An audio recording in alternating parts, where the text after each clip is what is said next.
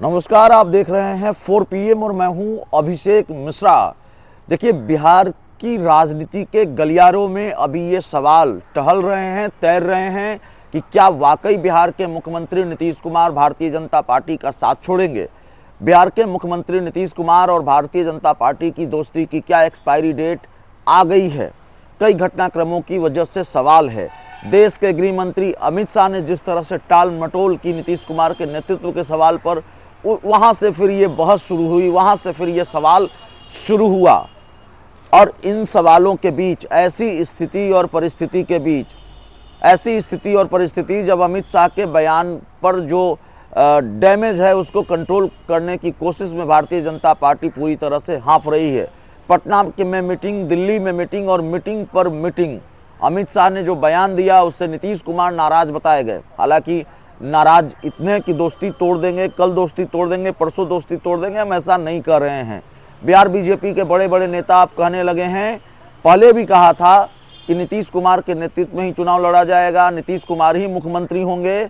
लेकिन देश के गृह मंत्री अमित शाह से जब सवाल पूछा गया कि आखिरकार क्या एनडीए नीतीश कुमार के नेतृत्व में ही चुनाव लड़ेगा, नीतीश कुमार ही चेहरा होंगे, तो अमित शाह ने कहा पार्लियामेंट्री बोर्ड तय करेगी।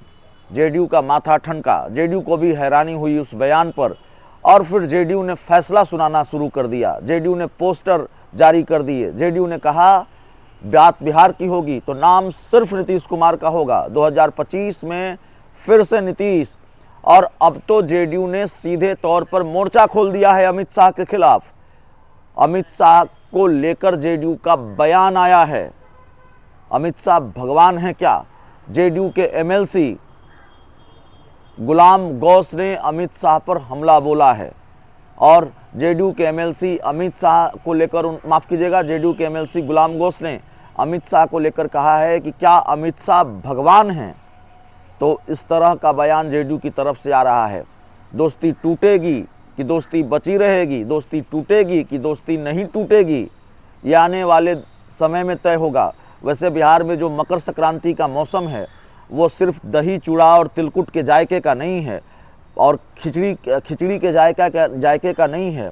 मकर संक्रांति पर बिहार में सियासी खिचड़ी भी पकती है। तो क्या वाकई बिहार में कोई सियासी खिचड़ी पक रही है?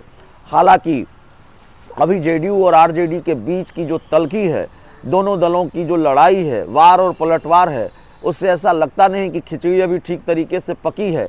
लेकिन क्या खिचड़ी को चूल्हे पर चढ़ा दिया गया है, खिचड़ी पकनी शुरू हो गई है? यह भी अपने आप में बड़ा सवाल है। और जेडीयू और बीजेपी के बीच जिस तरह की तल्खी नजर आ रही है, और खासकर जेडीयू एमएलसी गुलाम गौस के बयान के बाद कितनी करवाहट है, कितनी तल्खी है, अमित शाह के बयान पर जेडीयू को कितनी आपत्ति है, उसमें आप गुलाम गौस के बयान में इसकी वानगी देख सकते हैं। सीधे तौर पर गुलाम गौस ने कहा है कि अमित शाह भगवान नहीं है। अमित शाह भगवान है क्या? वो कहेंगे कि नीतीश कुमार के नेतृत्व फैसला पार्लियामेंट्री बोर्ड डिसाइड करेगी।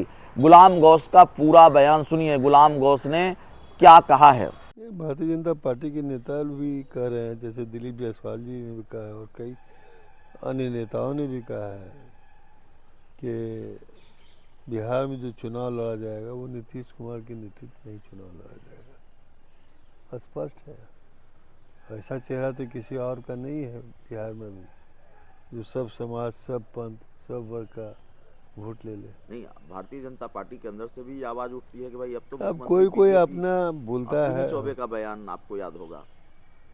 चौबे जी का बयान कितना सार्थक रहता है लोग जानते नहीं है। हाँ। तो 2025 में सीएम नीतीश कुमार ही होंगे, और कौन होगा?